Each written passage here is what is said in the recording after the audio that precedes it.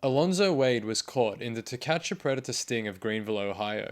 He was 40 years old at the time of recording and believed that he was talking to a 15-year-old female. Over the course of this video, I will take a look at the chat log between Alonzo and the perverted justice decoy, and I'll analyze the footage of the confrontation with Chris Hansen at the sting house.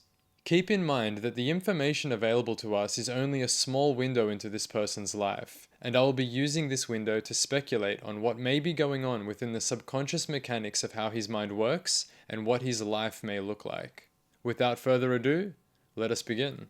This chat log is one of the quicker ones that I've read, only spanning about 4 pages and an hour and a half in total. Starting at 4 p.m. on a Friday afternoon and finishing at about 5:30, Alonzo really didn't waste any time. Something that stood out to me whilst reading this is the decoy's forward approach to seeing whether Alonzo is in fact a predator or not. Unlike many of the other decoys that I've read, where the predator does most of the talking, the decoy here actually talks a fair bit, asks a lot of questions, and all round uses their words to exhibit a decent amount of personality and character. Having the ability to read these logs, knowing full well that Alonzo is speaking to a decoy, my mind conjures up images of that of the anglerfish, hiding in the dark, innocently waving its bait around, waiting for a predator to come along and become the prey. And as we all know, Hansen is that very anglerfish waiting to strike. Right up at the top of the page here, we have a great opener from Alonzo. He says, "So what are you into tonight?" I am pretty certain that he meant to say, "What are you up to?" But either way, what a thought-provoking question. What are you into tonight? If this is what he meant to say, then that's a brilliant thing to ask another human. For example, my musical taste fluctuates from day to day. My taste in cinema varies based on my mood. The sort of conversations I'm into range from superficial and joking to philosophical and heavy, all based on where I am in life. On any given day, I'm into so many different things, and I can't say that anyone has ever asked me what it is that I'm into tonight. Take a moment to think about it for yourself. What is it that you're into right now? We're not even 3 lines in, and I'm already sinking down a rabbit hole of thought. I really didn't expect this sort of questioning this early on. Bravo, Alonzo. More than likely, though, he did just misspell up to. An easy mistake to make, especially since he does admit later on that he has been drinking. So the decoy's age is clearly established as 15, and Alonzo responds with, "I guess I am too old." Your guess is correct. This is the exact moment the conversation should have ended, and anything further on from this point is predatory. Both parties go on to express that they are bored, and we see the decoy add a bit of flair into the conversation by stating, "I hate small town living, laugh out loud." Saying this is a nice little touch that didn't need to be done, but it does help to establish that the decoy is in fact a real person. Alonzo mentions to the decoy that he is drinking, and she tells him that she's bored in the boonies. His response to this is, "It's too bad that you can't drink." He could possibly mean by this that it's too bad she can't drink because he would otherwise bring her alcohol to alleviate her boredom, or he could mean that it's too bad she can't drink as he finds it to be an enjoyable pastime that could really help relieve her of boredom. In such a short statement, this provides quite an eye-opening look into Alonzo's mind. Now, I don't want to infer that people who drink alcohol are bad, nor am I saying that people who like to pass their time by drinking are spending their time poorly. But the point I would like to make is that alcohol, much like sex, has an age barrier for entry. Consuming alcohol can have consequences, and it is important that people are of legal age to partake in this activity so that they are fully aware of any consequences that could befall them. The effects that alcohol can have on a young mind can be quite damaging as the young brain is still in development, especially if they were to turn the act of drinking into a habit. Any adult with a shred of responsible thought wouldn't provide alcohol to minors because it is not doing them or society as a whole any favors in the long run. For Alonzo to be essentially promoting alcohol here really exposes his lack of empathy, responsibility, and education. The amount of inferences that one could make about his personality based on this line alone is substantial, and none of them are good. As we move down the page, Alonzo throws out another line that I find of interest. He says, "Where is your parent, and what will they think you chatting with me?" The fact that he asks this indicates to me that his conscience is not clear. If he was having a completely innocent conversation, then this question should not come into his mind. Let's pretend for a moment the predatory nature of this conversation is non-existent. 40-year-olds are allowed to talk to 15-year-olds. There is nothing inherently wrong with that. The youth of the world can learn so very much from the tenured members of society. The sheer fact that this question has surfaced in his mind shows us that Alonzo is fully aware that his intentions are suspicious. He is trying to gauge the situation to see how far he can push it. He would like to know just how much he can invest into this conversation, and as all predators do before they strike, he is sniffing around his prey, learning its movements, its weak points. He is unsure just yet whether this will be his meal, but he is most definitely interested. At this point in the conversation, the decoy reveals that her mother has passed away, and Alonzo responds by saying, "I'm sorry to hear this." As a side note, and I really don't mean to take a swing at low-hanging fruit, but there seems to be a pattern between predatory behavior and having poor control of the written English language. I've begun to notice that a lot of the predators tend to make grammatical and spelling errors quite frequently. This will be food for thought for me, and maybe something that I'll explore down the track as I do more and more of these chat logs. Going back to the moment where the decoy mentions her deceased mother now, Alonzo offers only the slightest amount of condolences and nothing much else. A young girl who has lost her mother, one would think is something to be rather sensitive towards. Wouldn't you take a moment to ask if she is okay? Did it happen recently? Did she know her well? Does she even want to talk about it? It's just polite to acknowledge such a major event in someone's life, and then give the other party the option to either talk about it or move on. This sign of respect is not one that Alonzo seems to be sensitive towards.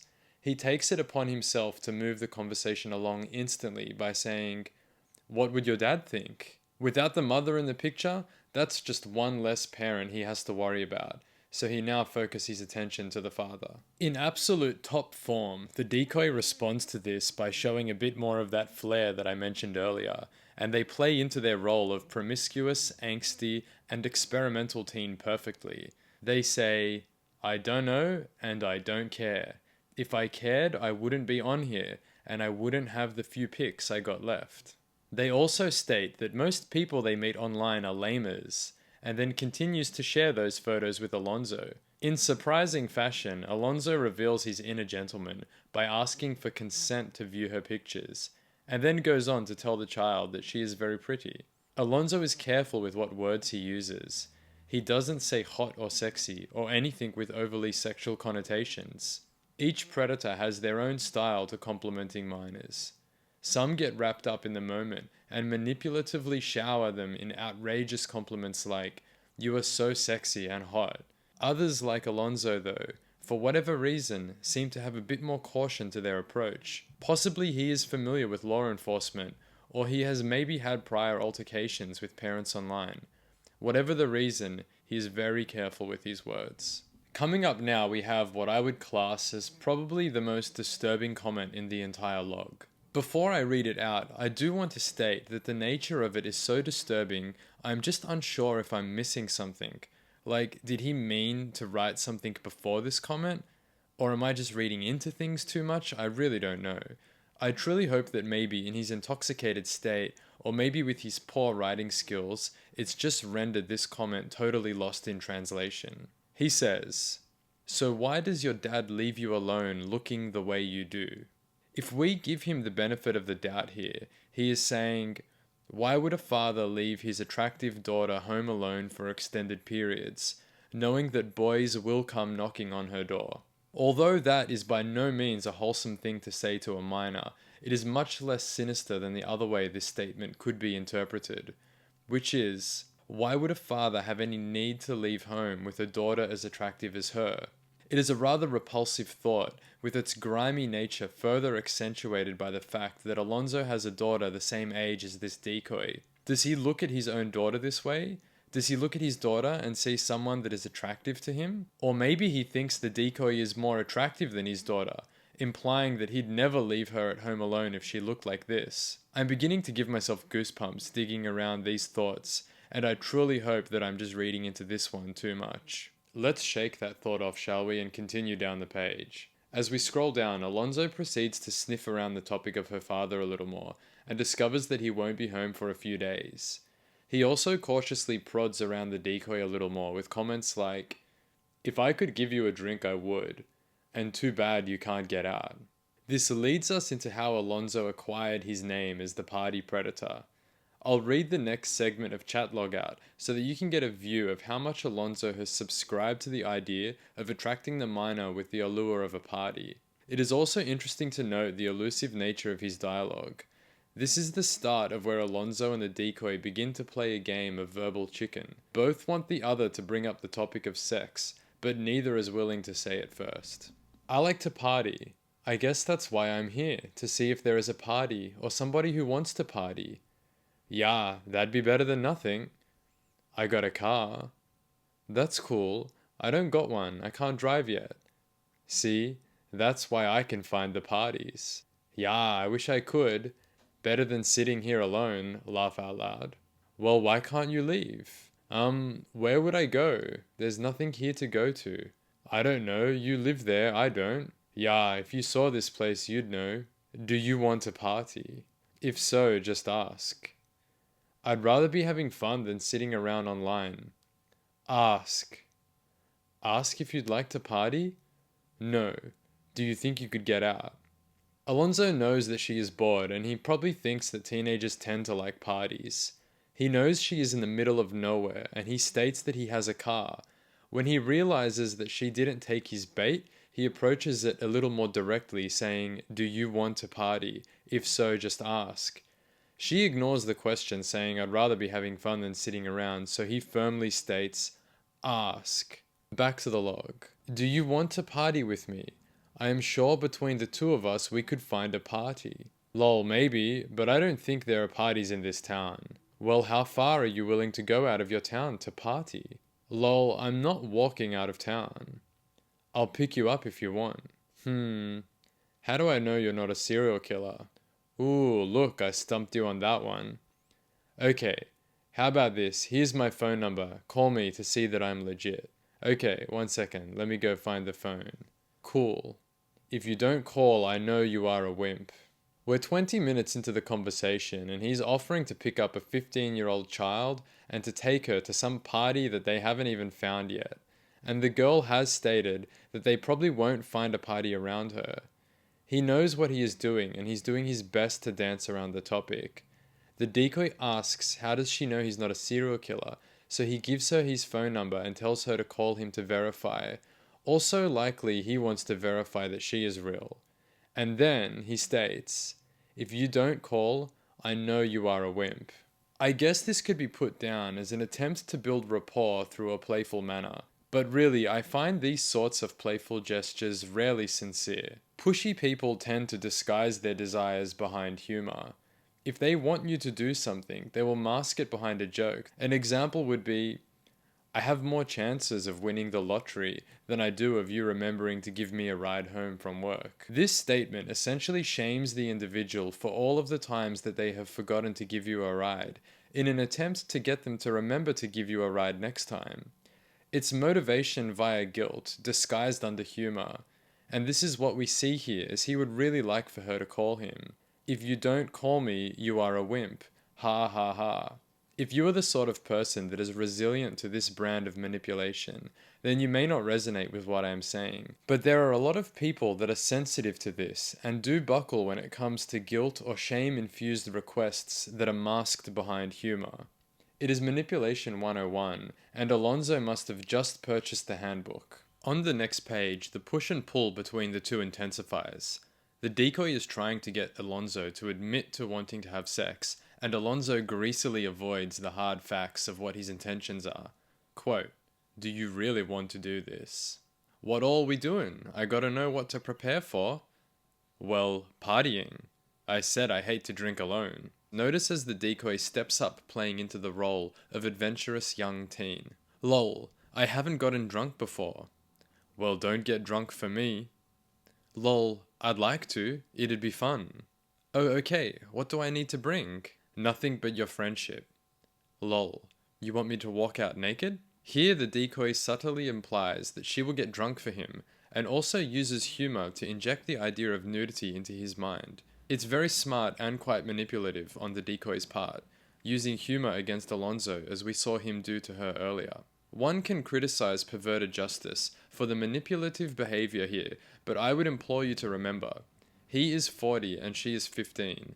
15-year-olds tend to act irrationally, and an adult is supposed to be a role model, someone who could recognize this behavior as poor judgment and move along. From this point on, I'm going to be reading the rest of the chat log out loud, removing some uncohesive throwaway lines here and there.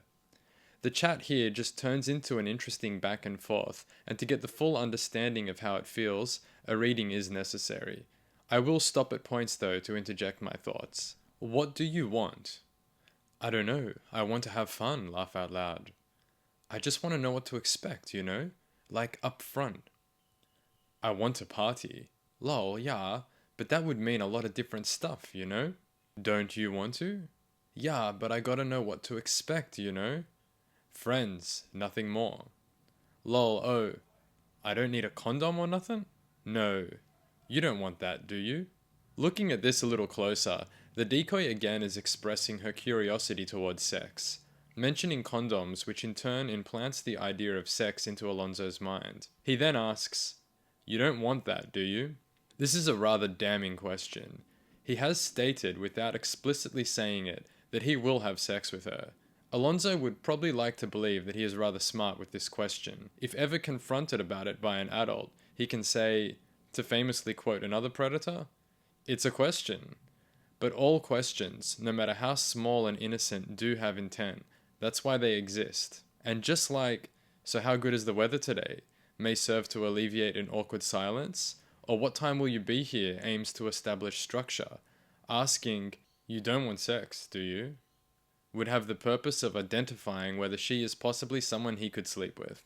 In response to this question, the chat continues with, I don't know, you're cool, and you're not treating me like a baby. I won't. Lol, yeah. I just want to know what to expect, that's all. Well, I am not a nice girl. Guy. Oh, lol, yeah, you had me confused. What a surprising turn of events that would have been, if Alonzo was actually revealed to be a bad girl. I just want to know what to expect, so just be honest, Kay? Well, I am going to go now if you give me a phone number. Lol, dude, I gotta know what's up though. Please don't sketch me out, Kay? Like, I want to have fun, but you know, I want to know what's up. Party. We will stay in your area if you want. Lol, cool, but party how? Like, I want to fresh up if we're gonna do stuff, you know? Well, don't worry. Unless you make the first move, but I don't expect nothing but friendship. Lol, I think you want something, but you're shy. I'm not shy. If I want it, I'll tell you. Lol, oh, I'm ugly? Well, if you are, then it doesn't matter. Once again, Alonzo revealing his inner gentleman here, saying it doesn't matter if she's ugly or not. He either means he doesn't choose friendships based on physical appearance, or physical appearance doesn't matter to him in regards to a sexual partner. I'll leave that up to you to decide on the motive behind this statement. Look, dude, you're like the only guy that messaged that wasn't all sketch, but you gotta be honest, 'cause I gotta know what to expect, you know? Nothing, unless you want to. Well, I don't want to get preggers, you know? Besides, caller ID removed. So do you believe me? Lol, it's not about that. It's just I'd like to know what to expect, you know?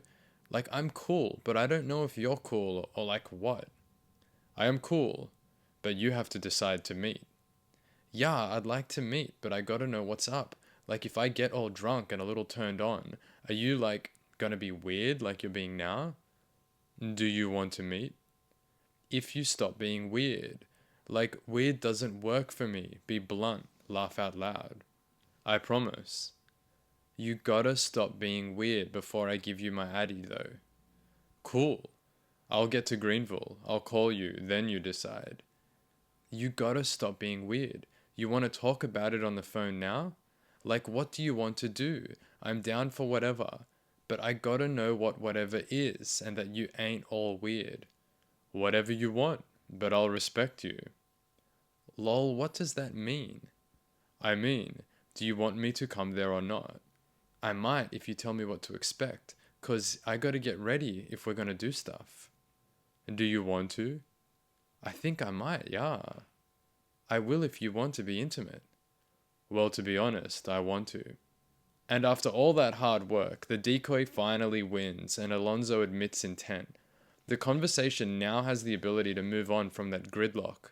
Reading the next section feels like a wall of tension has been removed and it flows into a more natural state again.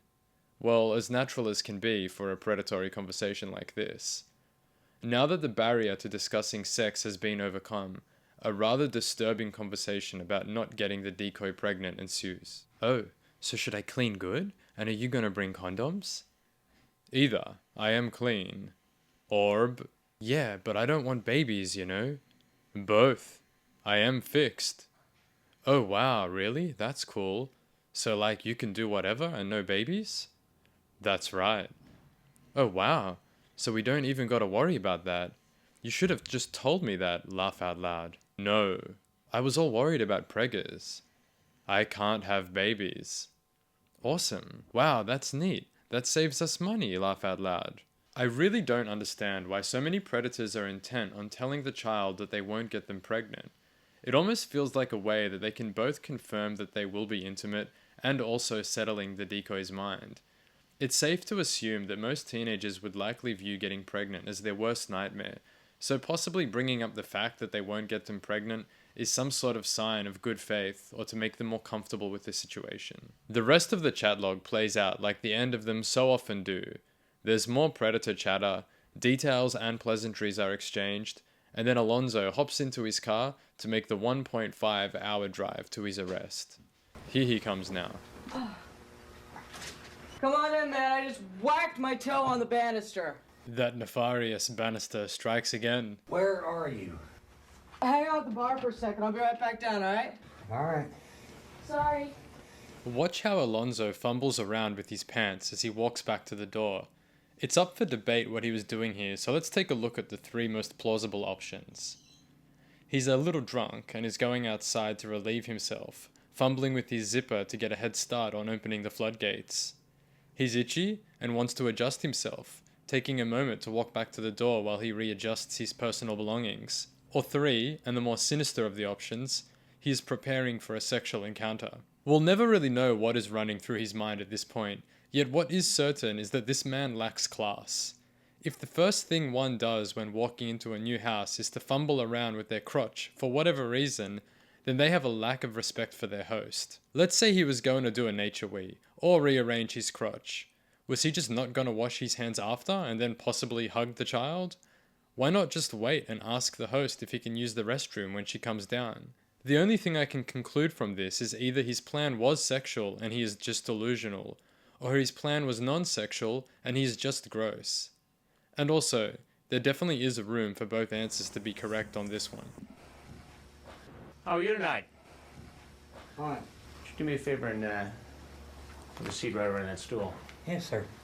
Now, what were you doing with your pants there when you were headed towards the door? Were you hiding something in your pants? No, there ain't nothing. Look, I'll show you everything. Here. Well, I don't. You didn't see everything. Well, but... no, but I just now my zipper came down. Excuse me. As Hansen reveals himself, take a close look at how Alonzo covers his zipper with his shirt. Fine. This doesn't tell us much about what his intent was, yet it is logical to assume that whatever he was doing was being thought about a great deal. If one were to ever be confronted by a strange man in a strange house under these circumstances, then the mind would be immediately scrambled for a few moments as it tries to make sense of it all. The body would go into fight or flight mode, and only the bare essential survival mechanics would be present for a brief few seconds. Anything you were thinking about before would be eliminated from your mind as adrenaline takes over, and it would only last a few moments as one would quickly recognize that they are not in any immediate physical danger. As we see though, Alonzo's immediate reaction is to cover up his zipper during fight or flight mode. This can be interpreted that his mind felt this was an essential move for his survival. If what he was doing with his zipper was less important in his mind, or non-sexual, then likely we would have seen him not remember to cover it up until a few more seconds had passed. Do me a favor and have a seat right around that stool. Yes, sir. Now, what were you doing with your pants there when you were headed towards the door? He was most definitely not prepared to be asked questions about his pants. Some people have the ability to lie really well. Alonzo does not. When he lies, it's awkward and clunky, and looks like a cartoon character's overly zealous attempts at hiding the truth. Are you hiding something in your pants? No, there ain't nothing. Look, I'll show you everything. Here. Well, I don't. You can see everything. Well, but... no, but now my zipper came down. Excuse me.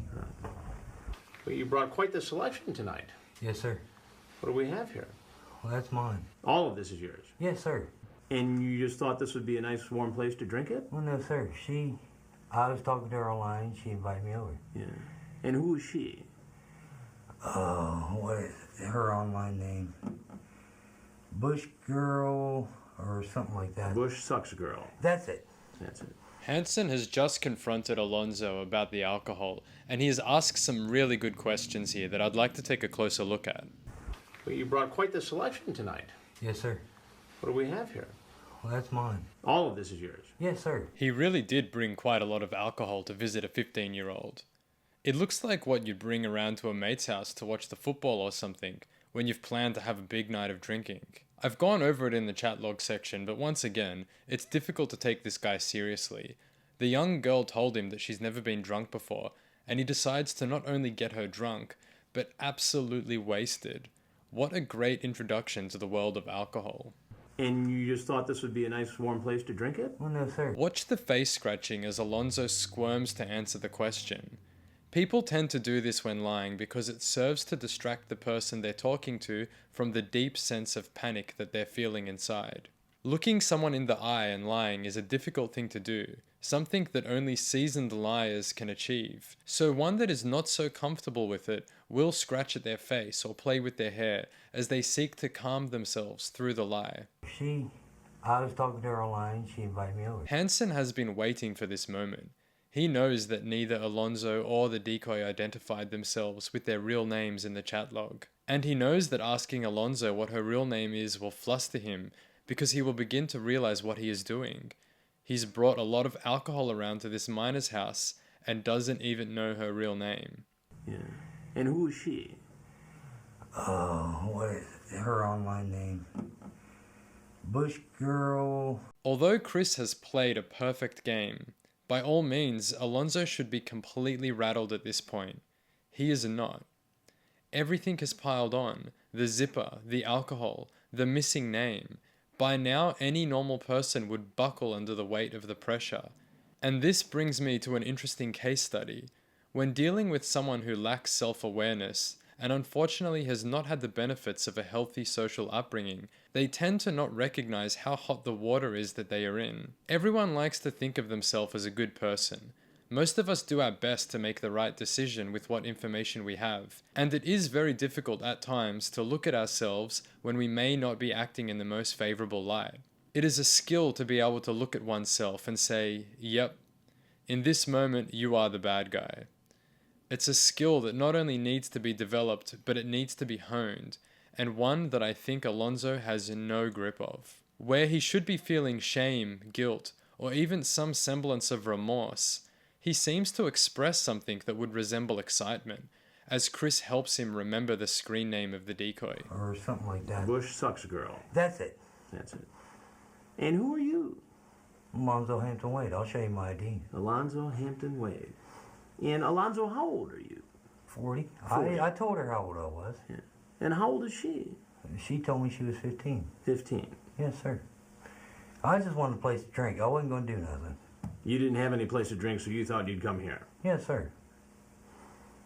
Just to hang out and drink. Yes, sir. And you're going to drink? No, some of Six. that was going home with me. Some's going home. Oh, yeah. Were you going to give any to the 15-year-old? Oh, no. I don't do that. Yet another example of the awkward and cartoonish nature of his lies. Were you going to give any to the 15-year-old? Oh, no. I don't do that. And I got a 15-year-old daughter myself. You've got a 15-year-old daughter yourself? Yes. This line of defense really exposes the dim-witted nature of his mind under pressure. It's clear that Alonzo believes he is talking to the father of the child, and it pops into his head to tell Chris that he has a 15-year-old daughter as well. Thoughts usually need to pass a few layers of scrutiny before they are used as defense in heated situations, and it appears that Alonzo does not have the capacity to do this. He would have thought, I have a 15-year-old daughter. I'll tell him that, and we can both bond over being fathers. A fellow father would only have pure and clean intentions, and surely Chris will see that. I just wanted a place to sit and drink. Why couldn't you drink at home? Well, my daughter's got her friends there and I don't like drinking in front of her. So you thought you'd come over here and drink in front of another 15-year-old No. girl who's not your daughter? No, that's not my intentions. My intentions was to not... Well, yeah, my intentions was to drink in front of a... 15-year-old girl? Yes, I see what you're saying. Does that make any sense? No. I mean, do I even need to say anything here? If I didn't know what this program was, I'd surely think that this is a comedy sketch. He cornered himself and in such a bluntly docile fashion, pathetically admits defeat. I doubt Alonzo has had to explain himself much before, especially to someone who is adept at social interaction like Chris is. I just wanted a place to sit and drink. Why couldn't you drink at home? Well, my daughter's got her friends there and I don't like drinking in front of her. So you thought you'd come over here and drink in front of another 15-year-old No. girl who's not your daughter? No, that's not my intentions. My intentions was to not... Well, yeah, my intentions was to drink in front of a... 15-year-old girl? Yes, I see what you're saying. Does that make any sense? No. So why don't you tell me why you were really here? To drink. To drink. Yeah. In true Predator fashion, Alonzo sticks with his story that he's just there to drink. Chris has had enough, and it's time to cut through the crap. All right. So now let me ask you this. You're here in this house where you believe a 15-year-old girl is home alone. You bring the booze into the house. Right. How would you feel if while you're over here, some 40-year-old guy is at your house bringing booze to your 15-year-old daughter and her friends? Probably the same way you feel right now. You tell me. I'm just saying probably the same way you feel right now. So why is it okay for you to do it? It ain't. I don't know why I did it. I just wanted to party, that's all. So just party. Yeah. And there's no 40-year-olds to party with. Well, Nobody who's grown up who you can party with in the whole go to state of drink- Ohio. Well, I didn't say in the whole state, but go where I'm from. It So, appears to be clear from this transcript that Yeah. you are open to the idea of having sex with this girl. No. Well, appear yes. Would I? No. Or maybe. All right. Maybe. What is it, Alonzo? Yes, no, maybe so. Maybe. The party Predator really bringing out those memorable lines from Hanson. Maybe. So maybe you would have had sex with this girl. Maybe. If she wanted sex and I was drunk enough, I'm not going to say I wouldn't. I'm not going to say I would. Did you? I can't say what I would do when I'm drunk. I can't say what I would do when I'm drunk. This line really stands out to me for this interview. I can only assume that he gets drunk a lot, and he's likely made some poor decisions before whilst intoxicated that he can no longer remember. Maybe he's woken up in a location that he doesn't recognize, or he's wearing some clothes that he doesn't recall changing into. Possibly he can't find his wallet or car keys. This man is fully aware that during his drunken stupors, he cannot recall all of his actions. Therefore, he doesn't know what he is capable of. And he delivers this to Chris as though it's some form of defense. If you're aware that you have the ability to make very poor decisions when you're drunk, then don't drink. And if you absolutely must, place yourself in settings that minimize your chances of doing something criminal, like statutory rape. Instead of being responsible, he has brought enough alcohol for both parties to become very intoxicated. He has stated he finds the minor attractive, and has verified that she will have no guardians around. I really don't see a scenario where there is any chance of this girl not getting molested at the worst, or at the very best, having to deal with a drunken, horny, uneducated dimwit who is no longer in control of his actions. A situation that would be difficult and confronting for a confident adult to handle, let alone a minor. The fact that he feels like he can talk his way out of this is appalling to me. He speaks to Hanson with no self-awareness, as though he's just having some heated conversation with another father down at the pub. His whole tone with Chris is, "You drink as well, right? You get it? We men can't control ourselves when we're drunk. You understand, don't you, mate? I just came around because I love a good party, and your daughter seemed to want a party. You can't be mad at me for wanting to party. Oh yeah, and I guess if a sexual situation did come up, maybe I would have rolled with it.